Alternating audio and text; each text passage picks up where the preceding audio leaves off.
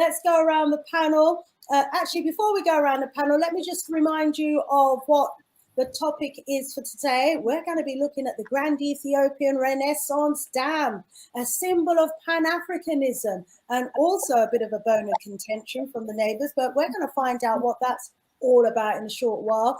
Our sister Mahlet Ayele Beyecha. She's an independent Pan-African researcher, founder and host at Connect Africa YouTube channel TV, holds a research master's in African studies from the Leiden University in the Netherlands, and also a master in Middle Eastern studies from the Ben Gurion University in Israel. Let's welcome our sister Mahlet. Welcome.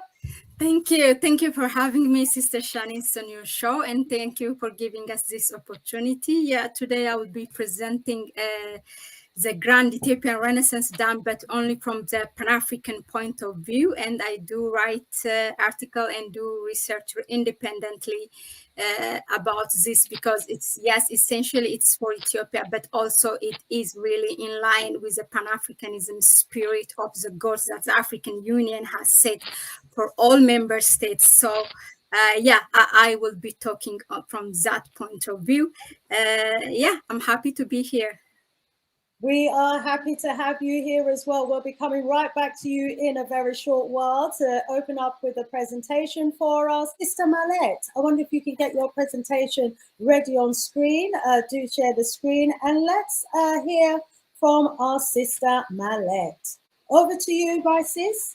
So the Great Ethiopian Renaissance Dam, or as we call it in abbreviation, GERD, is a symbol of Pan-Africanism. Before I go and argue why I call this project is an African flagship project, I would like to give some in the slides some historical facts, you know, how Ethiopia and Pan-Africanism in the background, and also what does it mean for the riparian state, what does it mean for the African Union itself, and also what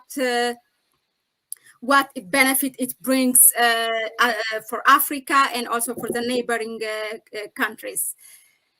So having said that, okay. Yeah, so to talking about Ethiopia and Pan-Africanism, you know, I cannot talk about Pan-Africanism without saying a little about or much about Emperor Haile Selassie, because he is one of the emperors actually who's, you know, who's known for his lasting, one of his legacies is for shaping Ethiopian foreign policy to Pan-Africanism.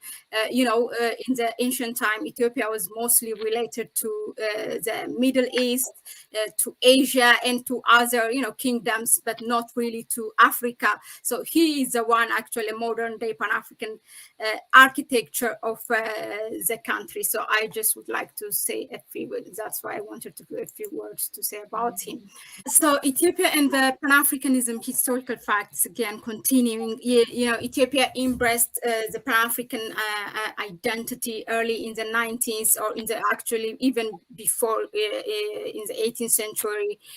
And also Ethiopia's commitment, you know, it's manifested. Ethiopianism and the word Ethiopianism and Pan-Africanism were used actually interchangeably in the African diaspora. So Ethiopia's commitment to Pan-Africanism was manifested through, you know, supporting struggles against colonialism, and also supporting South Africa in their fight against apartheid, and also later on in the 1963, the last emperor being one of the founding fathers of the Organization of African Unity, now known as the African Union. If we look at Ethiopia's foreign policy, actually, Ethiopia's foreign policy is based on the whole, it's tuned based on Africa in general, and particularly the neighboring country, meaning the Horn of Africa, the peace and security, and with strong economic ties with Africa. We know that, you know, African countries don't do so much as an intra-Africa trade. It's not that developed. Most of the trades are going on with Europe, Asia, and a little bit with the US, but the intra-trade in Africa is not. But even with that, irrespective of that, still priority is given with a strong economic ties with within Africa or within the neighboring countries, and also staunch support for the objectives of the African Union. Now, I would like to share this appeal in 1936, no, in 1963, actually, that's a mistake, what Haile Selassie did, even after he did once where he was actually standing alone in the League of Nations in 1936, where no one supported him. He was laughed at, he was humiliated when Italy invaded Ethiopia, when he was looking for a support. Nobody supported him. There were always Italy and colonial powers.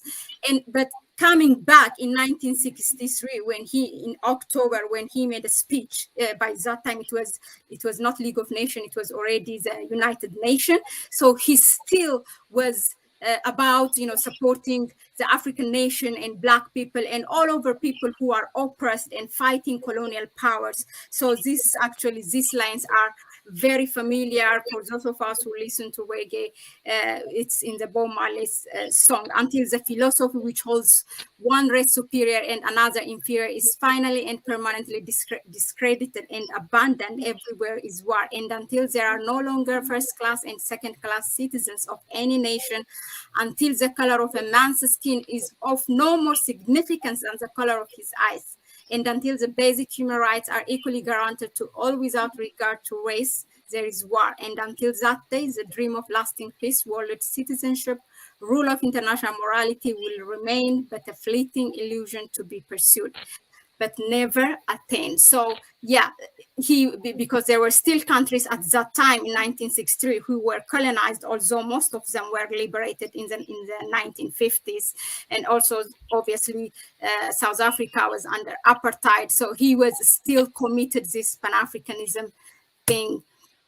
Yeah. Now let's look at, if I said this much about the historical background, let me move now why I am arguing this project is an African project, it's a Pan-African project. Let's see some of the goals that are set by the African Union. As you know, African Union, when they celebrated the 50 years in 2013, they adopted Agenda 2063 during the Madam Zuma, when she was a chairwoman there. So these aspirations are actually 7 aspirations which are set to be achieved in the next 50 years, meaning by 2063. So I know that sounds ambitious, but let's go through them. So one of them is a prosperous Africa based on inclusive growth and sustainable development, an integrated and politically united continent rooted in the ideals of Pan-Africanism and African Renaissance, good governance, democracy, and respect for human rights, justice, and rule of law. A peaceful and secure Africa, an Africa with a strong cultural identity, a common heritage, values, and ethics.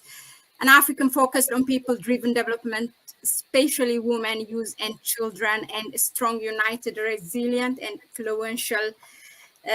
influential global partner. So if we see the Great Ethiopian Renaissance Dam kind of encompass these aspirations, because one, it brings electricity. It's a development project. When it brings electricity, then it leads to the industrialization of the continent, or meaning the region.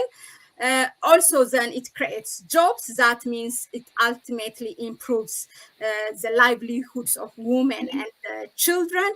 And also, it's a sustainable project because it's built on the highlands of Ethiopia. So it will minimize the water loss that we see in the lowland, in hottest place of one of the hottest places of the world, meaning in Egypt, in Aswan High Dam. So here it saves a lot of water. And also it's a Pan-African spirited, as it brings also a political and economic independence in the region. And also it's a people-driven project, as it is financed by Ethiopians. So it kind of harmonizes all the 7 aspirations. Now, as I said, this seems ambitious. It's planned to be achieved in the next 50 years, but we already have kind of taken 8 or 9 years since it is launched in 2013. So what the African Union did is the committee set up a kind of a flagship project of a 10-year plan that should be achieved in every 10 years. So the first 10-year plans are actually, they are also known as enablers that will lead, in the long run to the realization of the aspirations set in Agenda 2063. So these are one integrated high-speed train network, African commodities strategy, continental free trade area, Pan-African e-network, African passport and free movement of people, silencing the guns, Grand Inga Dam project, annual African forum, single air transport network, African outer space strategy, Pan-African virtual university and continental financial institution. Let's see how GERD is related to this flagship project that should be implemented in 10 years, meaning in 2023 it will be 10 years. So we will take some of them. For example, if we take integrated high-speed train network, it needs electricity and also it needs infrastructures. What GERD does is actually, one, it brings power, but also this power, yes, it is essentially for Ethiopian people, but the power is also going to be sold to neighboring countries in priority to the downstream countries and others in the neighbors, meaning like Sudan, Djibouti, and others, so the immediate neighboring countries who are in the riparian states.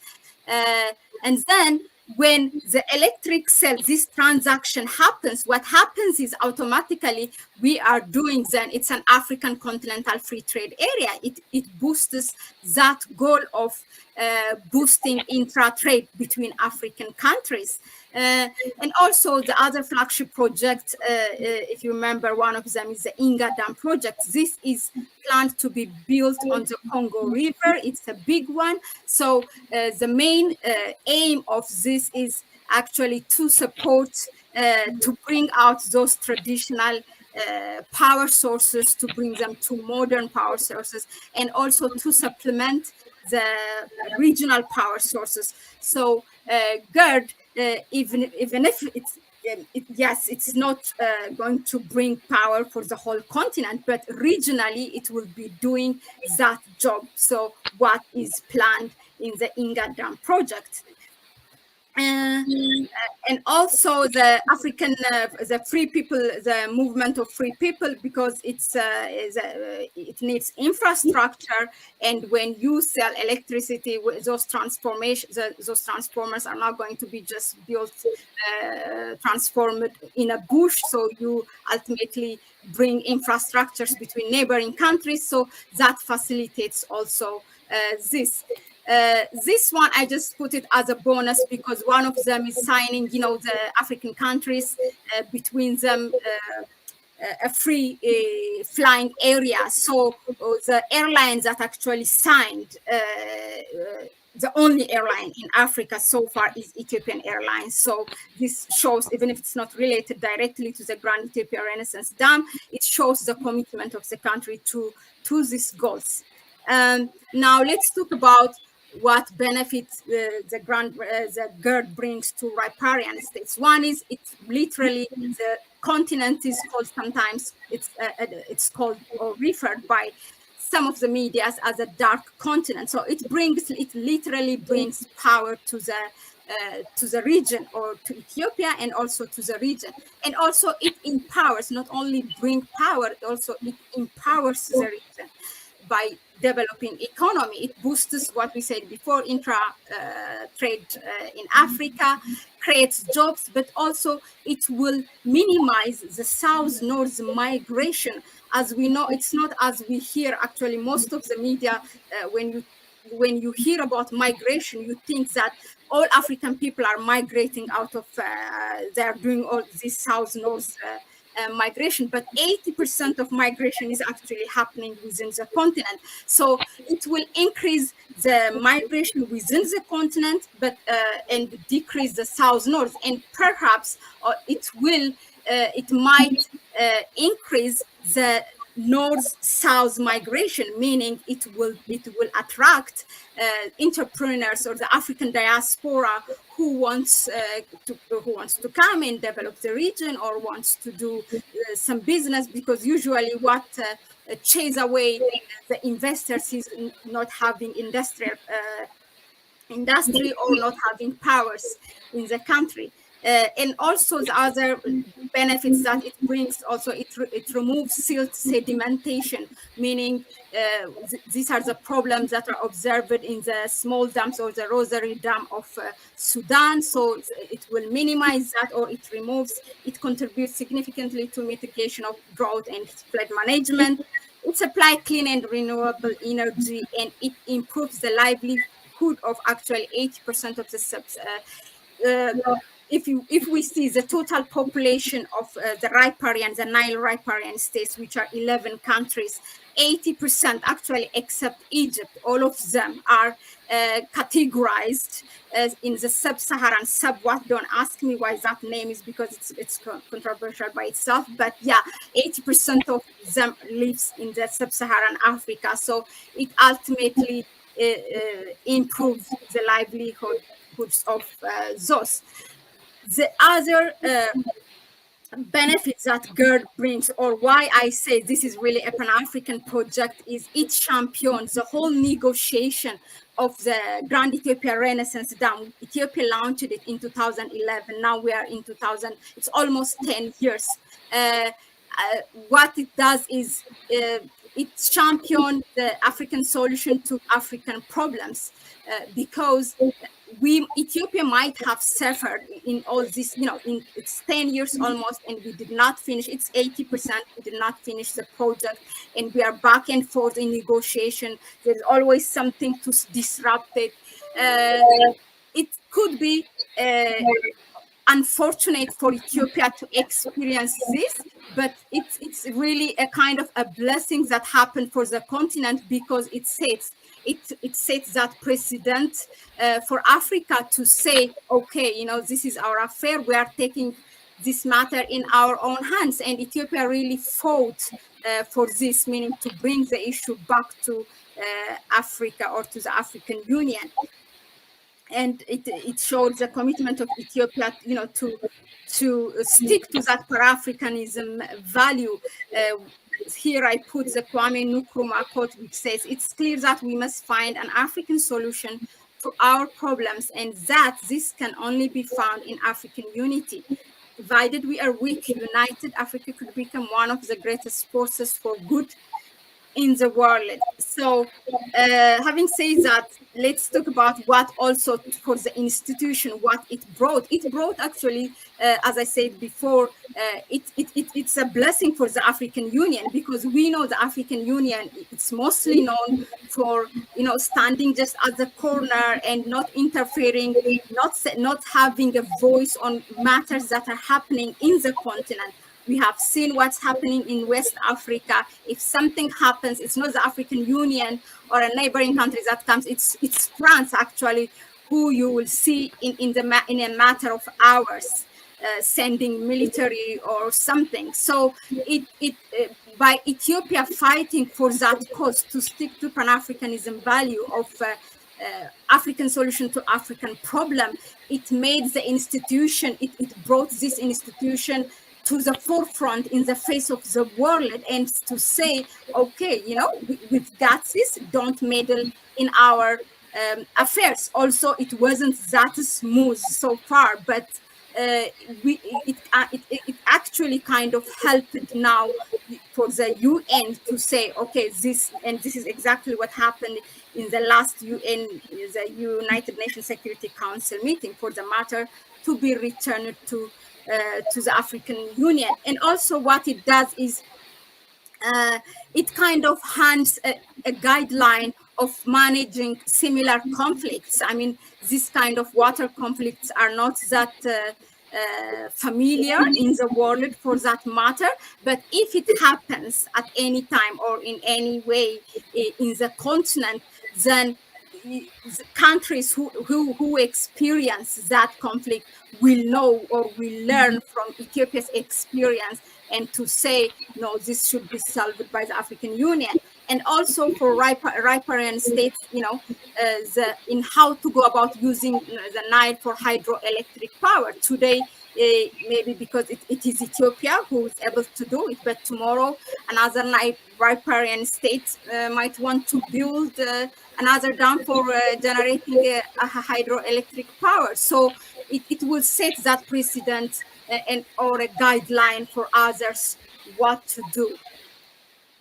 But for me, mainly this project, what it did is actually for African Union and for the people of Africa. It made, to dismantle for once and for all those colonial treaties that are left by the colonial powers in previous time, which are actually the cause of conflict in Africa in most of the time. So with the problems that we have now with Egypt is because of, although Egypt consistently denies that it's not really quoting or it's not depending on that colonial treaty signed by the Anglo-Egyptians, and later on that included Sudan, which gave Egypt the hegemony of the usage of the Nile water, but it dismantles that colonial treaty. So it's really symbolic in that aspect. Mm-hmm. Sorry to interject. Yes. There's a lot to absorb, a lot to take in. I wonder if you could hold there, and then we will come back round to you to continue, enlightening us some more on your presentation. Would you say you're about halfway? Actually, I will jump 2 slides, and then I will say towards the end, because they are not so much. I'll just do.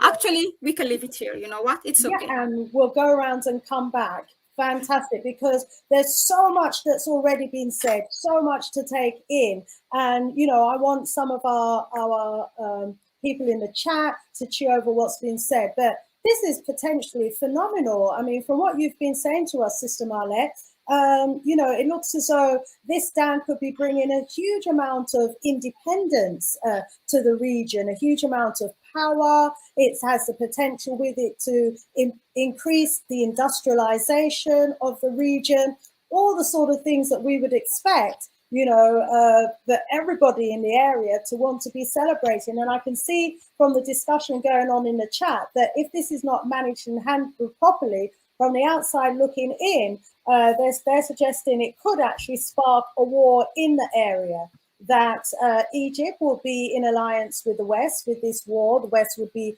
arming Egypt, and they feel that that could be part of a plan, and that there was even a move to take out the senior engineer that was responsible for the dam, apparently committing suicide, but they believe that is lies. But let me, Ignite is saying the AU is about as African as the CFA.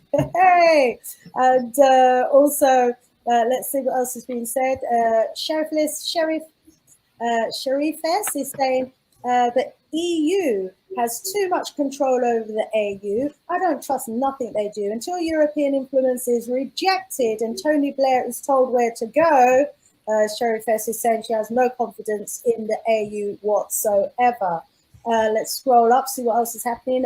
Egypt should negotiate the Renaissance Dam project, then go into America and report Ethiopia. Egypt betrayed Africa by allying with Israel to spy on African leaders and joining the AU. Our panel, our people in the chat, very informed, as you can see, and have very strong views and opinions about the situation. Obiaman is saying, can't we hope? Does it always have to be so? What is that in reference to? Matthias is saying, we need a secret intelligence service with Amharic and Eritreans so we can dismantle the TPLF and the ONLF, who is paid by Egypt and the United States of America. Ignite is saying by the time most wake up, there will be drones flying over all our heads 24/7. A lot going on in the community there. And I wonder, my sis, Mahalia, have you got any response to any of those comments that have been made there? They were all comments as far as I'm concerned. Is there a question? Okay, no, just comments. So we'll ask people to put some specific questions in the chat, and then we'll come back round. Yeah, I don't think, just to say on the first one, I really don't think in this century that we will go to war, although Egypt has been warmongering in the past. I mean, ever since, you know, trying to build the dam is not something that happened just overnight or one morning in 2011. It has been tried by emperors since Emperor Menelik time, but because Ethiopia was not able financially, couldn't do it. So they have, anyone that tries to use Nile, they have been sending, actually each leader ever since their independence. I have their quotes from their presidents ever since they got independence, have been saying anyone who you know, who touched the Nile water, you know, the exchange will be blood. So but they didn't do it. I think there is still a room for negotiation. I would say Egypt has to just wake up, you know, in the 21st century, and realize that it's time also for others to use the Nile water. Absolutely. And it's not only Ethiopia; it could be others also. Others also have a right to use from the Nile water. This is why actually we need for all of them to have, which I believe my sister Magdala will enlighten us, is the solution is actually to sign that everyone has a right and equitable share of the Nile water amongst all those riparian states. But yeah, Egypt will always say that, and the answer is Ethiopia will have to make sure that it builds this dam and complete it.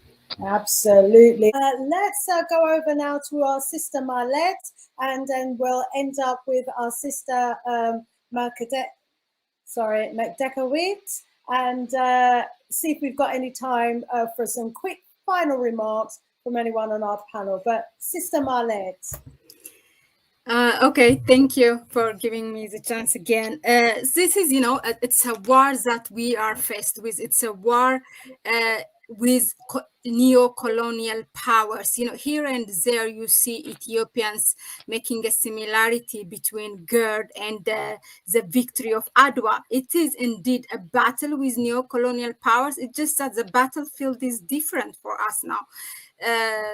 Nobody wants, you know, Africa to be developed or Black people to develop themselves. It's an agenda set from since 1884 that Africa has to remain impoverished and undeveloped, not to be industrialized. Africa has only one role in the world, that is just to supply them with the raw material. So we're going to change that history, and I am sure it's going to happen because it's good over evil. So at the end, it will happen. So what I want to say is actually we really have to you know, sitting here, you know, there's a lot of awakening and consciousness now in our time. So we have to choose what kind of story in the future we want to tell our children, our grandchildren, that we are being awakened, being conscious. If we don't take part in this fight, you know, to bring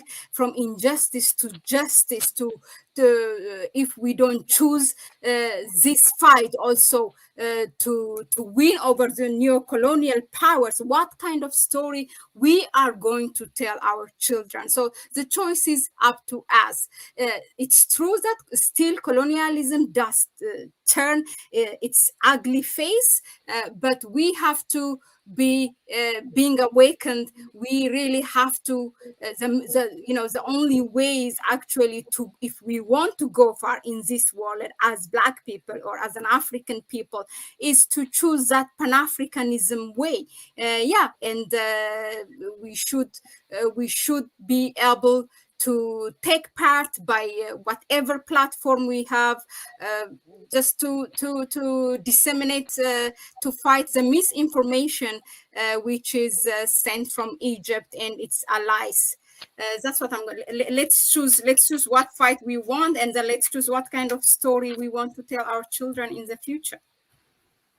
Absolutely. Thank you so much for that. And, yeah, so I just want to add this just to show that when people of Nile come together, that nature indeed help us. You know, when Ethiopia did the first filling of GERD in 2020, Lake Victoria, meaning the one which contributes to the 14 billion cubic meter of Nile, has been the amount of rain has been high after 30 years. For the first time after 30 years, the amount of rain was very high. And also in Ethiopia, the amount of rain after 20 years, when that feeling happened, it was in the record. It was very high after 20 years. So we are the people who are destined to live together, who are linked by Nile, and unfortunately separated by Nile. But I am sure, you know, when we come together, nature indeed will help us. The war thing somebody said about the war, will Ethiopia survive it? I mean, I don't think in this century war will happen, but to use the late Prime Minister word, no one who had fought Ethiopia have survived to tell a story. Yay! Rise up, sis. Thank you. Wonderful words of empowerment there. Let's get some.